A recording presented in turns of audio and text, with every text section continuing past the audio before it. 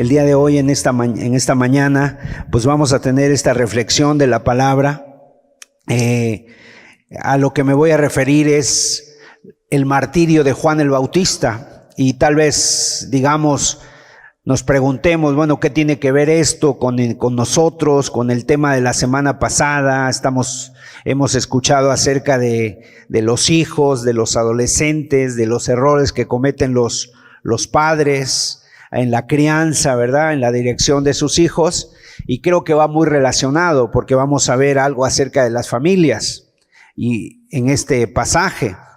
En este momento que nos encontramos aquí, el ministerio de Jesús pues ya es muy viral, es una persona de mucha influencia, muchos le siguen, y un detalle muy interesante en el acontecimiento que vamos a ver el día de hoy es que no se menciona a Jesús.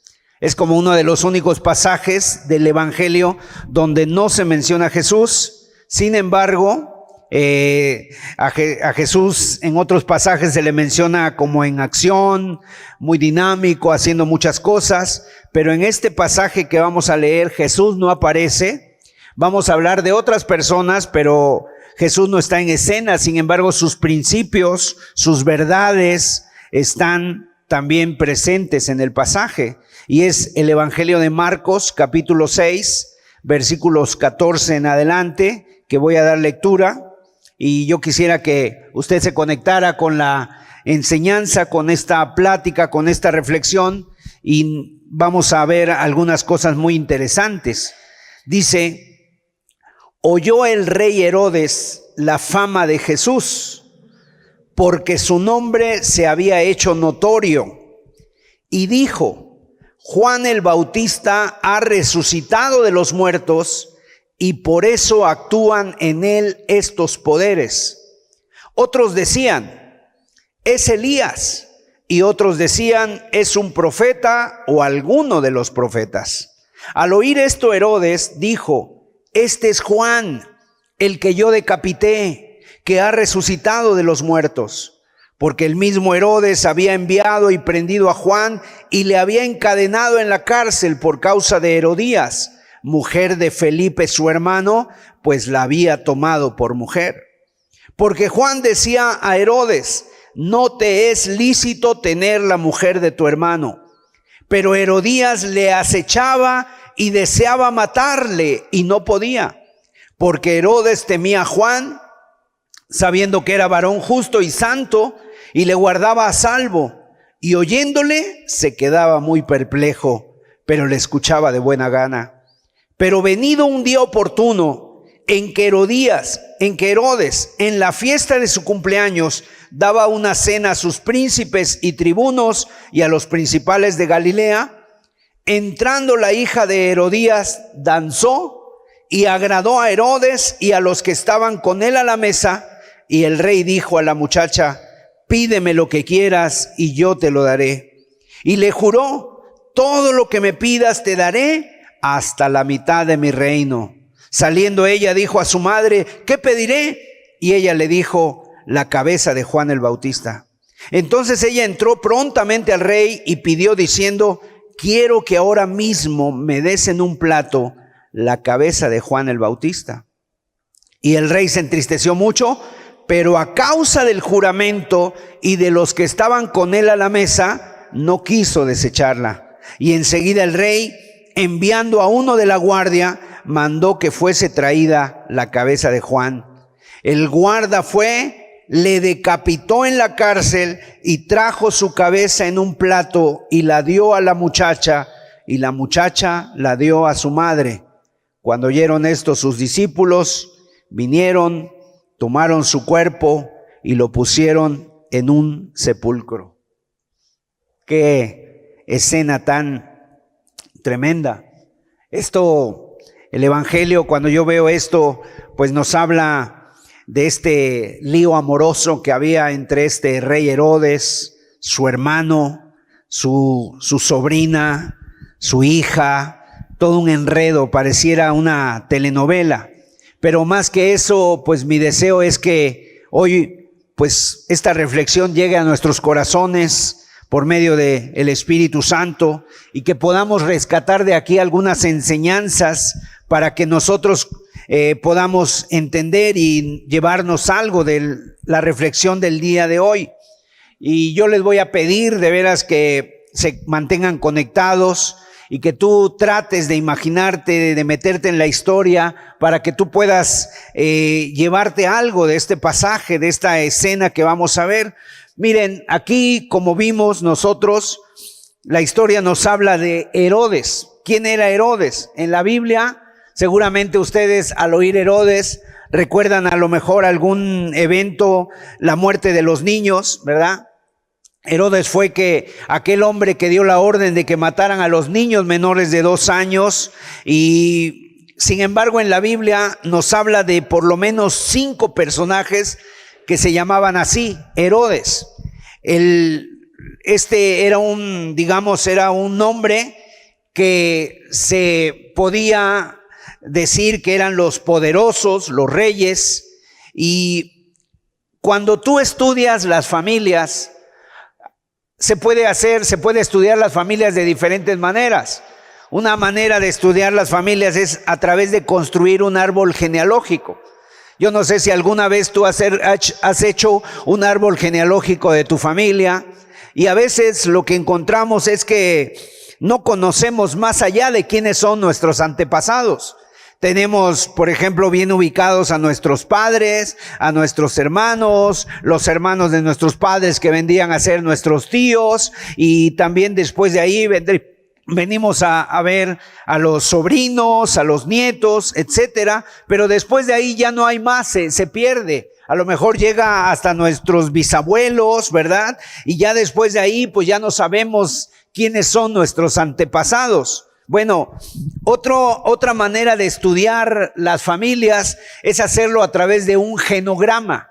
Un genograma, ¿qué es un genograma? Es una representación gráfica donde registramos la estructura de las familias, la composición de las familias y las relaciones que tenían los miembros de la familia. Entonces, aquí tenemos en primer lugar a un hombre llamado Herodes el Grande. Él fue el principal. Él fue el que realizó el edicto de matar a los niños menores de 2 años cuando él escuchó que algunos sabios habían venido a adorar al rey de los judíos. Y entonces él dijo, ¿cómo es posible que haya otro rey? No puede haber otro rey más que yo. Entonces Herodes el Grande era el padre de todos los Herodes.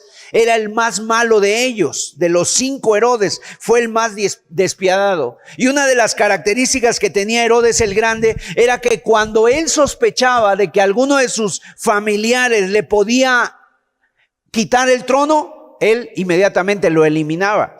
No importa si fuera su esposa, no importa si fueran sus hijos, no importa si fueran primos o parientes cercanos, él lo eliminaba. Hay una frase en los libros de historia que dicen que estaban más protegidos los cerdos de Herodes que sus propios hijos. A este hombre no le temblaba el pulso. Él, como viera que alguien le podía arrebatar el reino, se lo cargaba, lo mataba. Él tuvo varios hijos. 2 de ellos que tienen el mismo sobrenombre fueron Herodes Felipe y Herodes Antipas. Herodes Felipe fue el que construyó ciudades como Cesarea, era el gobernador, y Herodes Antipas era un tetrarca, un hombre que tenía autoridad sobre diferentes zonas de la región de aquel entonces en Jerusalén. Ahora, la historia que nos acabamos de leer, el personaje está relacionado con Herodes Antipas. Él fue el que mató a Juan el Bautista. Herodes Antipas tenía un hermano, un medio hermano, que se llamaba Herodes Felipe. Herodes Felipe se casó con Herodías y tuvieron una hija llamada Salomé. Pero, y esta hija, esta Herodías, era sobrina de Herodes Felipe, o sea, era hija de su hermano, otro hermano que se llamaba Aristóbulo. Entonces era un lío, era un lío de familia muy grande.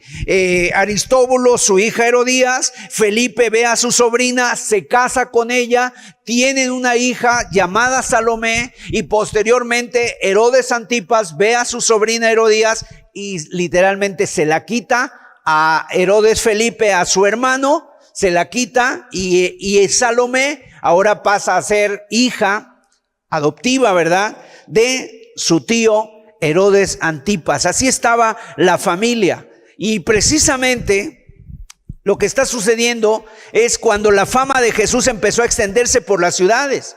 Como los discípulos empezaron a realizar señales y prodigios, y todo esto lo hacían en el nombre de Jesús, el nombre de Jesús empezó a sonar por todas partes, por todas las ciudades. Inclusive algunos empezaron a decir que Jesús era un profeta, que Jesús era un grande, y tú le preguntabas a la gente en la calle y decía, oye, ¿quién es este Jesús? Unos decían es un profeta, otros decían que era un hombre enviado de Dios para dar un mensaje al pueblo, y algunos otros decían que era Elías, que Jesús era Elías. Ahora, una característica de este hombre llamado Elías era que él no había muerto, sino que Dios se lo llevó en un carruaje de fuego en el Antiguo Testamento. Pero fíjate, todo eso la gente pensaba de Jesús. ¿Qué pensaba Herodes de Jesús? ¿Qué pensaba Herodes Antipas de Jesús? Herodes, el rey, decía, es Juan el Bautista que ha resucitado. Ahora, una pregunta. ¿Por qué este hombre llamado Herodes, que tiene mucho más poder que todos nosotros juntos y que es tetrarca de la zona de Galilea, de Perea, un hombre con autoridad, un hombre que tiene soldados, un hombre que no le tiembla el pulso, cómo es posible que al escuchar los milagros y señales que Jesús estaba realizando, él empieza a tener miedo creyendo que era Juan el Bautista? ¿Por qué Herodes le tenía tanto miedo a Juan? ¿Por qué Herodes pensaba de esa manera? Bueno, número uno, porque Herodes había asesinado a Juan. Ya leímos el relato, le había cortado la cabeza, le había mandado cortar la cabeza, y entonces el miedo de Herodes era como este Jesús sea el que yo mandé matar y que ahora tiene poderes sobrenaturales y que ahora es como un superhéroe del cual todo el mundo está hablando, que resucita a los muertos, va a venir por mí. Este viene por mí, o sea, me va a hacer algo. O sea, era lo que él tenía, porque yo lo he matado injustamente. Por eso dice la Biblia en los versículos 16 y 17 que al oír esto Herodes decía, este es Juan el que yo decapité, ha resucitado de los muertos, porque el mismo Herodes había enviado y prendido a Juan y le había encadenado en la cárcel por causa de Herodías, mujer de Felipe su hermano, pues la había tomado por mujer. Ahora, fíjense ustedes, este es precisamente el cronograma o el árbol genealógico de este hombre llamado Herodes. Pero todo esto que vive la familia de Herodes, a mí me llevaba a pensar en todo lo que viven las familias el día de hoy. El día de hoy, lamentablemente, estamos viviendo como familias, como sociedades, un desastre. El día de hoy muchas familias, si pudieran hacer un monograma de familiar, entonces sería un caos lo que tú verías ahí. Habría ahí también engaños, habría también divorcios, habría también unas situaciones muy complicadas en las familias que viven en conflictos, violencia de género, discusiones, faltas de respeto. Aquella persona que le prometió en el altar a la mujer o al hombre fidelidad y con dulzura, etcétera, el día de hoy no se pueden ni ver, no se pueden ni tratar. Y qué tristeza es ver infidelidades, ¿verdad? Hombres que no son capaces de decirles a su esposa, o hombres que son capaces de estar viendo pornografía, de estar consumiendo o fantaseando con otras mujeres o con otros hombres. El día de hoy, más de 500 divorcios se producen diariamente en nuestro país. Esto es alarmante. O sea, ¿cuántas personas se casan a la semana? Cuando tú ves los salones de fiestas muy bonitos, muy adornados, la gente muy feliz, ¿y cuántos de esos matrimonios no van a durar mucho tiempo? Porque el día de hoy se están divorciando 500 personas o 500 parejas diariamente. ¿Y cuál es el resultado? Bueno, el resultado es que hay una destrucción. ¿Cuántas madres solteras, padres solteros, hijos por un lado, hijos por el otro? Y a veces los hijos ya en ese ámbito pues se vuelven como una moneda de cambio, ¿no? Se vuelven como una situación para decir, bueno, yo me quedo con ellos, no, tú quédate con ellos. Y lo más terrible que ahora estamos viviendo, pues que se está viendo y viene todavía a la alta esto, padres del mismo sexo, tanto hombres como mujeres, adoptando y haciendo cosas para crear una familia. En definitiva, millones de familias están destructuradas, están rotas, están desencajadas. ¿Y sabes cuál es la clave? ¿Cuál es la raíz de todo esto? ¿Por qué sucede esto? ¿Por qué sucede esto? Hay muchos sociólogos, muchos psicólogos, muchas personas que están estudiando la conducta del ser humano, pero la respuesta no la tienen ellos. La respuesta la tiene la palabra de Dios. ¿Sabes cuál es la respuesta? Porque no queremos obedecer la palabra de Dios. Por eso están sufriendo las familias. No queremos obedecer la palabra de Dios, lo que Dios nos ha revelado. Mira lo que dice la Biblia en Génesis. Y este es el genograma perfecto. Nos lo muestra la Biblia. Por tanto, dejará el hombre a su padre y a su madre y se unirá a su mujer y serán una sola carne. Fíjate, ese es el genograma perfecto, el que ofrece la palabra de Dios. Un hombre uniéndose a una mujer hasta que la muerte les robe el último aliento, creando una familia, y luego vienen sus hijos y sus hijas. Y este es el terreno precisamente donde se encuentra el amor, el gozo, la paz. Cuando Dios está presente en un hogar, cuando Dios reina en un hogar, cuando su palabra gobierna los corazones, entonces ahí, aunque hay conflictos, aunque hay situaciones difíciles, necesidades, siempre ese hogar va a poder salir adelante, tendremos paz, tendremos armonía y habrá estabilidad en esos hogares. ¿Por qué? Porque ese hogar se ha edificado sobre la palabra de Dios, ese hogar donde está la identidad para sus hijos, donde está precisamente que se está fortaleciendo en la palabra, y es donde se llenan los vacíos, donde los jóvenes pueden crecer en un ambiente sano, en un ambiente agradable, con papá, con mamá, fortaleciendo la identidad y las emociones de esa generación de jóvenes que el día de hoy están cada vez más perdidos. Porque quiero decirte que muchos jóvenes el día de hoy están pasando por serias depresiones, están consumiendo drogas, están consumiendo alcohol, se encuentran solos, no saben a dónde ir, no saben qué hacer, y todo eso tiene que ver con el núcleo familiar, todo eso tiene que ver con las cosas que se están viviendo en casa. Y mira, aquí lo que vemos es cómo Dios tiene promesas para nosotros. Y muchas veces nos acostumbramos a vivir así. Creo que así vivimos todos, creo que es así. Y eso como que pensamos de una manera a lo mejor hasta en mediocridad, ¿verdad? Pensando que así tenemos que vivir, cuando realmente si nosotros nos volvemos a Dios, entonces Dios puede venir y restaurar nuestros hogares.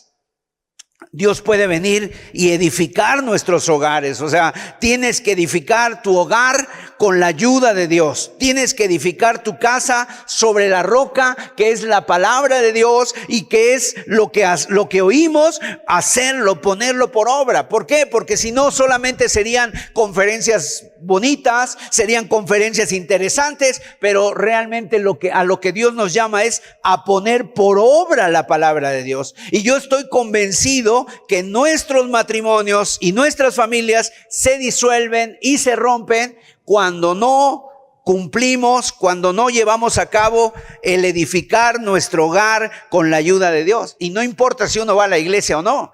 Eso a veces da igual. La gente a veces que va a las iglesias también está teniendo problemas, porque a pesar de ir a una iglesia no están fundamentando su vida en la palabra de Dios. Es lo primero que vemos con este genograma que había en Herodes, toda una serie de situaciones, adulterios, ¿verdad? Incesto, situaciones muy complicadas que estaban viviendo en la familia. Y la pregunta que viene, ¿por qué asesinó Herodes a Juan el Bautista? Mire, el versículo 20 de Marcos capítulo 6 dice que a Herodes Juan le caía bien, le tenía aprecio. Es más, le gustaba lo que hablaba. Dice ahí, porque Herodes temía a Juan, sabiendo que era varón justo y santo, y le guardaba a salvo, y oyéndole se quedaba perplejo. Él estaba en la prisión, Juan. Ahí lo tenía encadenado. Entonces Herodes de repente furtivamente bajaba a esos sótanos, a esas escaleras, por esos laberintos, y se encontraba ahí donde estaba Juan y le iba a escuchar. Y lo que Juan le hablaba, se quedaba muy perplejo. O sea, ¿qué quiere decir esto? Se quedaba sorprendido. Es que realmente este hombre tiene la verdad, tiene razón, me habla lo que yo necesito escuchar, no lo que quiero escuchar, sino lo que yo necesito escuchar. Ahora, Juan era un hombre polémico. Juan era un hombre que hablaba claro. Y Herodes le tenía cierto respeto y cierto temor. Pero ¿cuál fue la causa por la que Herodes asesinó a Juan el Bautista? Verso 17 nos los dice. Porque el mismo Herodes había enviado y prendido a Juan y le había encadenado en la cárcel por causa de Herodías, mujer de Felipe su hermano, pues la había tomado por mujer. Mire, Herodías era una mujer, hija de Aristóbulo, hijo de Herodes el Grande, o sea, era nieta del rey, y se casó con su tío Felipe, y después estuvo viviendo con su otro tío llamado Herodes Antipas. Ella era Herodías, y Herodías tiene una característica: era una mujer despiadada. Si tú buscas ahí en el internet y tú pones el top de las 5 mujeres más crueles de la Biblia, o de las 10 mujeres más crueles de la Biblia, te va a aparecer Herodías. Herodías era una mujer astuta, era una mujer rencorosa, era una mujer llena de crueldad, que no se tocaba el corazón, que no le temblaba el pulso para también deshacerse, porque a ella le gustaba el poder, a ella le gustaba la buena vida, le gustaba precisamente estar ahí entre reyes, entre todos esos palacios. Ahora, por cierto, el día de hoy, cuando el hombre y la mujer viven separados de Dios, sinceramente, los dos necesitan de Dios, los dos van a tener problemas, los dos van a estar actuando solamente a sus propios intereses, a sus propias maneras de pensar. Entonces, hay que ver lo que hay en el hombre, hay que ver lo que hay en la mujer, precisamente cuando vivimos alejados de Dios. Y fíjate una cosa que nosotros debemos de tomar en cuenta: ten cuidado. Los varones, ¿verdad? Cuando te encuentres tú con una mujer, mira, se va a sufrir igual si te encuentras con una mujer mala que si te encuentras con un hombre malo. De la misma manera se sufre. De la misma manera se sufre. Cuando el hombre y la mujer vivimos sin temor de Dios, alejados de Dios, y cuando el pecado reina en nuestros corazones, tanto el hombre como la mujer hacemos cosas terribles. Hacemos cosas terribles, nos volvemos violentos, nos volvemos manipuladores, nos volvemos personas que no tenemos juicio, y a veces el hombre va a utilizar su fuerza física para querer hacer lo que quiere, pero también a veces la mujer va a utilizar su manipulación. Y tú sabes que todas las personas influencian nuestras vidas. Para bien o para mal, con todos los que nos rodeamos influyen nuestras vidas, influencian nuestra manera de pensar. Todas las personas influencian nuestras emociones, o incluso influencian las decisiones que vamos a tomar.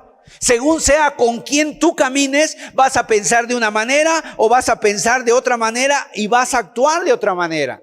El día de hoy muchas mujeres van al café, al Starbucks, ¿verdad? A tomar un café, y de repente tú escuchas ahí en las pláticas: no, déjalo que se vaya con su madre, tú ya no le hagas caso, tú lo que tienes que hacer es esto. Y cuántas veces esas conversaciones que hay en una cafetería terminan en ese tipo de consejos, y la persona se va a su casa pensando en que ese consejo que le dio la amiga es la mejor, y ya está pensando en abandonar el hogar, en abandonar la familia. Así que quiero que pensemos en todas esas personas que nos influencian y que muchas veces vamos a sufrir por a veces tener ese tipo de conversaciones. Mira lo que dice la Biblia en 1 Corintios 15:33. Dice la palabra: no erréis, las malas conversaciones corrompen las buenas costumbres. O sea, ¿qué te dice Dios? No te dejes engañar, las malas compañías corrompen las buenas costumbres. Qué clara es la palabra de Dios,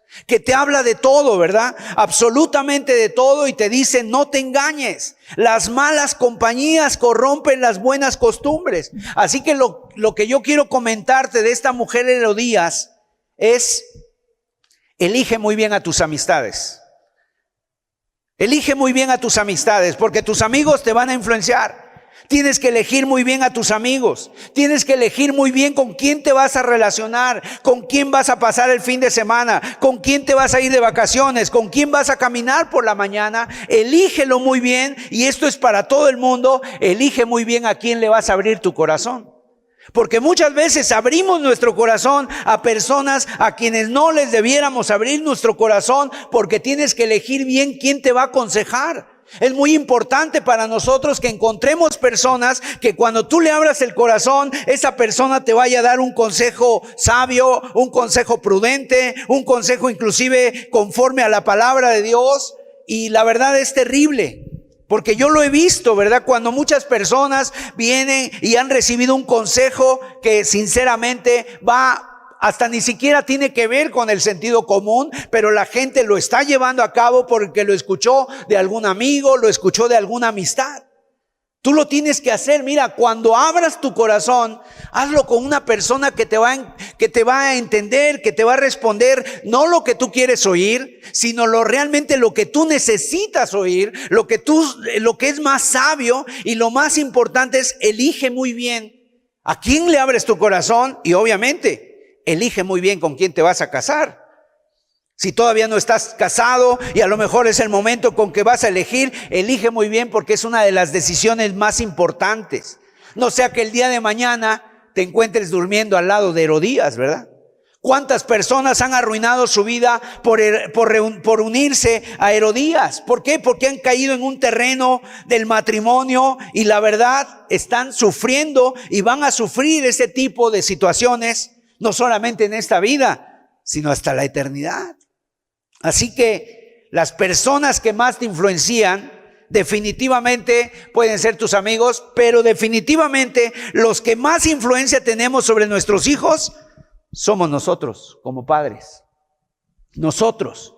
Y la verdad es que aunque Herodes mandó matar a Juan por causa de Herodías, al final él fue el que tomó la decisión. O sea, al final él fue el responsable totalmente de haber matado al profeta Juan el Bautista. Lo que pasa es que nosotros a veces somos expertos en tomar o en tener excusas.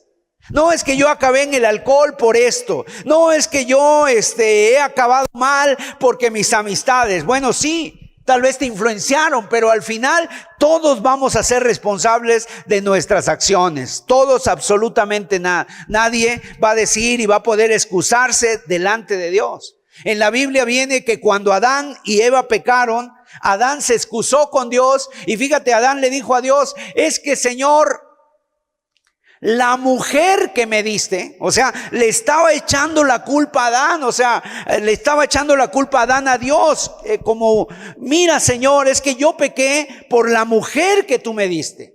Yo estaba muy bien aquí en el Edén, yo estaba muy bien con los animalitos, con la cebra, con la jirafa, pero de repente me eché a dormir y cuando me desperté, ahí estaba Eva. Esa mujer que tú me has dado es la que me echó a perder a mí.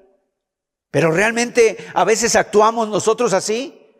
Le echamos la culpa a todos, ¿verdad? Al gobierno, al niño, al trabajo, al dinero, a esto, al otro, al jefe. Y muchas veces, o más bien siempre, no somos los culpables. Pero para que nosotros podamos cambiar, para que algo pueda cambiar en nuestra vida, lo que tenemos que hacer es tomar nuestra responsabilidad, dejar de excusarnos, dejar de echarle la culpa a otros, inclusive dejar de echarle la culpa a Dios y tomar nuestra responsabilidad. Entonces, Herodes fue influenciado, pero él tenía la capacidad de decidir. Cuando tú y yo estemos delante de Dios, no le podremos poner ninguna excusa. No le podremos decir a Dios, es que yo no sabía, es que yo me equivoqué. Mira, delante de Dios somos responsables de nuestras acciones. Así que dice la Biblia, siguiendo en la historia, que llegó el día del cumpleaños de Herodes. ¿Te imaginas una fiesta de un rey? ¿Cómo sería una fiesta de un rey? Mientras él está ahí disfrutando en la sala, junto con los principales de Galilea, los príncipes, tomando vino, embriagándose, de repente entra en el salón una joven, Salomé. La Biblia nos dice que esta joven era hija de Herodías. Tendría aproximadamente unos 17, 18 años. ¿Y sabes qué hace esta joven? En medio de ese grupo de hombres, que todos estaban seguramente ya embriagados, borrachos, empezó a hacer una danza. Ahora, la danza no era cualquier tipo de danza, no era que ella pasó con una banderita por ahí, por todo el lugar, sino que la danza era una danza sexual. Una danza sexual, muy probablemente con poca ropa. La mujer era una mujer, no sabemos si era bella, si era hermosa, pero ahí está, con un ritmo sensual, moviéndose delante de un grupo de hombres que están ebrios, que están ya como con ciertas copas, con ciertas botellas de vino en su cabeza. ¿Tú sabes qué habría en la mente de esos hombres en ese momento? ¿Cómo verían a esta joven danzando delante de ellos, moviéndose libremente por la sala? Y al terminar fue tal el espectáculo que hizo Salomé, que de repente hizo que Herodes el rey se levantara, se quiso lucir delante de toda la gente que estaba ahí y fue preso de sus palabras. Fíjate lo que hace un hombre cuando está subido de copas, cuando promete, cuando hay dinero, cuando hay cosas que dar para quedar bien y para seguir con la fiesta y para que se haga más grande el espectáculo. Dice el versículo 22, entrando la hija de Herodías, danzó y agradó a Herodes y a los que estaban con él a la mesa. Y el rey dijo a la muchacha, pídeme lo que quieras y yo te lo daré. Y al versículo 23, y le juró, todo lo que me pidas te daré hasta la mitad de mi reino. Hasta el versículo 22, él podría haber dicho después, no, ¿qué crees? Que pensándolo bien, no te voy a dar nada. Qué bueno que danzaste. Pero en el versículo 23 nos dice lo que él hace, un juramento. Y en aquella época que un rey hiciera un juramento, lo tenía que cumplir. No podía decir que no. Así que Herodes está pues tocado por el vino. Al ver esa muchacha, cómo movía la cintura, cómo se paseaba por el salón, cómo todo el mundo la deseaba, él se levanta el pecho y delante de todo el mundo le dice, Salomé, pídeme lo que quieras, te voy a dar hasta la mitad de un reino de los que tengo. Y dice, y te lo juro. Te lo pongo por escrito, te lo firmo, te lo sello con mi anillo. Y el verso 24 y 25, fíjate lo que hace esta joven. Saliendo ella dijo a su madre, ¿qué pediré? Y ella le dijo rápidamente, pide la cabeza de Juan el Bautista. Y verso 25, entra la muchacha al rey y le dice, quiero que ahora mismo me des en un plato la cabeza de Juan el Bautista. Ahora, ¿a quién fue Salomé? A su madre. ¿Qué le pide? Ella ya tenía un plan. La madre tenía un plan. Acuérdate que Herodías está dentro de las mujeres más malvadas. No lo pensó dos veces. No le dijo, oye hija, pues pídete el último iPhone. Pídete la MacBook, no, la que acaba de salir. Pídete el terreno, el viaje. No, le dice, le mira a los ojos y le dice, pide la cabeza de Juan. Ahora, ¿te das cuenta la actitud de Salomé? Salomé no se queda diciéndole a su madre, oye mamá, pero no pidas eso, ¿cómo que la cabeza de Juan, por favor? Salomé inmediatamente va a la sala, ve a los ojos al rey y le dice, quiero en este momento que me des la cabeza de Juan. ¿Has notado la influencia? Si hace un momento te estaba yo diciendo que la influencia de nuestros amigos nos cambia para bien o para mal, tiene mucha importancia. Ahora quiero decirte algo. La mayor influencia que tienen nuestros hijos son de nosotros, sus padres. Son de nosotros sus padres. La persona que más te puede influenciar a ti durante muchos años es tu papá, es tu mamá. Los padres que están aquí, que me están escuchando, seguramente en las enseñanzas pasadas que nos compartieron, nos hablaban de esos errores que se cometen de los padres a los hijos. Y quiero que entendamos que nosotros tenemos la mayor influencia sobre nuestros hijos. ¿Tú estás dándote cuenta lo que está sucediendo en los colegios? Me llamó la atención la semana pasada, no hubo clases en las escuelas primarias en todo México. Y una persona que conozco que es maestra, ¿sabes qué decía? Es que ese día en especial nos juntaron a todos los maestros, bueno, por lo menos en el colegio donde ella está, no sé si haya sido a nivel general, pero les dijeron que a partir de ahora tienen que empezar a enseñar con mayor fuerza, con mayor influencia la ideología de género y tienen que empezarla a enseñar en las escuelas. Para eso fue que los niños no fueron a la escuela, para reunir a los maestros y decirles, ahora vamos a empezar a enseñar todo lo que tiene que ver con la ideología de género. ¿Te das cuenta lo que está pasando? O sea, la escuela tiene influencia, pero al final tú como padre tienes la mayor influencia con tus hijos en su vida. La pregunta, ¿cómo estoy usando esa influencia? Lo que pasa es que muchos padres no estamos influenciando a nuestros hijos. Y luego entonces tenemos miedo, ¿verdad?, de lo que pasa, porque no estamos protegiendo la mente de los hijos, el corazón de los hijos, no estamos protegiendo, no estamos al pendiente. Y la verdad es que muchas veces nosotros ni siquiera entendemos lo que están viviendo. Pero aún en esta generación, tus hijos, los jovencitos o los niños están viviendo ya una manera muy diferente a la que tú viviste cuando eras niño. Porque tú seguramente no tuviste el acceso, a ti te tocó todavía jugar con el yoyo, con las canicas, a lo mejor con algunos juegos, tal vez eran sus inicios de los juegos ahora que tenemos ahí, pero el día de hoy es algo impresionante la manera en cómo se está influenciando a los hijos. ¿Y te das cuenta cómo es Salomé? Se puede decir que de tal palo, tal astilla, Salomé ahí está queriendo entrar también en el top de las mujeres más malvadas, viendo cómo su madre estaba con su tío, cómo abandonaba a su tío desde pequeña mirando a su madre, y ahora que tiene 17, 18 años, pues se está convirtiendo en su madre. Y rápidamente no le dijo nada, al contrario, entró rápidamente y le dijo al rey, quiero que me des en un plato la cabeza de Juan el Bautista. Somos responsables de la vida de nuestros hijos. Y hay muchos padres que lamentablemente no hicieron bien su trabajo cuando su hijo estaba pequeño. Ahora su hijo tiene 18 años y ha pasado el tiempo rápido. El tiempo tiene ese misterio.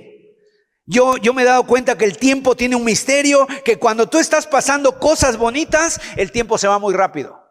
Una boda, un viaje, unas vacaciones, el estrenar un auto, ropa, no sé, algo que te pasa en la vida, los hijos, cómo nacen. De repente, el tiempo se va rapidísimo. Cuando volteas allá atrás, tú dices, ya se pasaron 5, 10, 15 años. ¿Dónde quedaron? Ya mis hijos se fueron, ya están grandes. Pero cuando vienen problemas, situaciones difíciles, conflictos, parece que el tiempo se detiene. Una madrugada se te va el sueño, tienes insomnio y son las 2 de la mañana y luego volteas a ver el reloj y son las 3 y luego son las 4 y parece que no corre el tiempo. Una enfermedad, un hospital y parece que el tiempo se detiene. Así es precisamente, el tiempo tiene ese misterio. Pero mira, y los padres muchas veces no saben que en un suspiro los hijos se van. Por eso es muy importante, si todavía tus hijos son en edad de crianza, pequeños, moldea el carácter de tus hijos para que sean niños con valores. Van a tener sus crisis, tendrán que luchar con malas amistades, pero en su corazón va a estar la influencia que tú hayas ejercido sobre ellos. Y si tú has puesto el temor de Dios en ellos, ahí van a estar. Mira lo que dice Proverbios 22:6. Instruye al niño en su camino. ¿Quién lo debe de instruir? Tú y yo. Como padres. Eso no lo debe hacer la escuela, no lo debe hacer la iglesia, no lo deben hacer los abuelos, no lo deben hacer los familiares, lo deben hacer los padres. Pero a veces los padres nos cruzamos de brazos y estamos viendo un partido y otro partido y otro partido y estamos en casa solamente para traer dinero, para dormir en el sofá, pero no pasamos el tiempo con nuestros hijos. Y a nuestros hijos mientras los está influenciando la sociedad, los amigos, los videojuegos. ¿Qué influencia tú estás ejerciendo sobre la vida de tus hijos? Mira, todo influencia en tus hijos, aunque tú no te hayas percatado de eso. Tu manera de hablar influencia a tus hijos. Ten cuidado de cómo hablas. Tu hijo va a aprender a hablar viéndote hablar a ti. Si eres una persona que grita, que levanta la voz, probablemente tu hijo grite. Si eres una persona que no para de hablar, tu hijo va a hacer lo mismo. Ten cuidado. Tu hijo va a ser influenciado por ti en tu manera de hablar, en tu manera de pensar. Muchas veces los padres pensamos en voz alta y decimos: no, este hombre me lo vuelve a hacer, lo voy a agarrar y lo voy a matar, lo voy a golpear. ¿Cómo vas a decir eso delante de tus hijos? Nuestra manera de actuar, ellos están viendo cómo actuamos en la vida. Ellos están tomando el ejemplo si nosotros somos personas prudentes. Si pensamos antes de tomar decisiones, cómo manejamos el dinero, nuestra manera de vestir, nuestro comportamiento en casa, cómo le habla un esposo a su esposa, cómo le habla la esposa a su esposo, porque de esa manera tanto tu hijo va a aprender, está aprendiendo en casa a ser el esposo que el día de mañana va a llevar un hogar y va a tener que luchar de la misma manera. Cómo le habla el hombre a su esposa. Está formando a tu hijo porque el día de mañana ese hijo será un marido, un esposo. Cuando hay un conflicto en casa, ¿cómo se soluciona el conflicto en la casa? Hay maneras de solucionar los conflictos en casa. Hay personas que de repente quieren tener la razón en todo, o hay personas que simple y sencillamente cuando hay un conflicto gritan, se meten en su habitación, azotan la puerta y de ahí no salen hasta que aparentemente se arregló el conflicto, que no se arregló nada. Si no hay capacidad para comunicarnos, los niños no van a poder hacerlo. La relación con tu esposa, la relación con tu esposo, ¿cómo va a ser? Tu pasión, ¿cuál es lo que te apasiona? ¿Cómo está tu tiempo espiritual? ¿Hay tiempo espiritual en casa? ¿Hay una vida espiritual en tu vida? ¿O nunca se ha tomado? ¿Piensa que eso no es importante? Por supuesto que es importante. Un hombre en el Antiguo Testamento llamado Josué dijo estas palabras: mi casa y yo serviremos a Dios. Eso fue lo que dijo Josué. O sea, mi casa y yo servimos a Dios. Cómo influenció Herodías a Salomé y cómo Salomé ya estaba muy influenciada por su madre. Al final, Herodes realizó el asesinato. No lo hizo por Herodías, sino ¿sabes por qué lo hizo Herodes? Por algo que se llama el temor al hombre. Mire lo que dice Proverbios capítulo 29, verso 25. El temor al hombre pondrá lazo, mas el que confía en Jehová será bienaventurado. Y nosotros debemos de tener mucho cuidado cómo somos movidos por el temor al hombre. Este hombre hizo un juramento y después él como que se quiso retractar cuando vio que Salomé le pidió la cabeza de Juan el Bautista. Él como que se entristeció, dijo: no me la esperaba, no pensé que esta fuera la petición. Pero él había hecho un juramento y en base al juramento, fíjate, ahora él ya no estaba embriagado por el alcohol. Ahora él estaba embriagado por el temor al hombre y no se pudo zafar de esa. ¿Cómo me voy a retractar? ¿Cómo voy a quedar yo? ¿Voy a quedar como un sin palabras? ¿Voy a quedar yo como el hazmerreír de todo el reino? ¿Y qué tal y ahora le digo que no? Todos se van a burlar de mí. Y miró a los principales, a los tribunos, miró a los príncipes, miró a la gente más importante de Galilea y se quedó preso de sus palabras y lo tuvo que hacer aunque estaba triste. ¿Cuántas veces hacemos lo mismo nosotros por la opinión de las personas? Hay gente que ha empezado a fumar por la opinión de los demás, por la presión de la generación. Tu mente te dice no lo hagas, tú eres un chico sano, tú eres un deportista, eso a ti no te gusta, tú eres una persona que nunca ha fumado nadie en tu casa. Pero el temor al hombre te engancha. Y lo que dice, el temor al hombre te pone un lazo, te atrapa.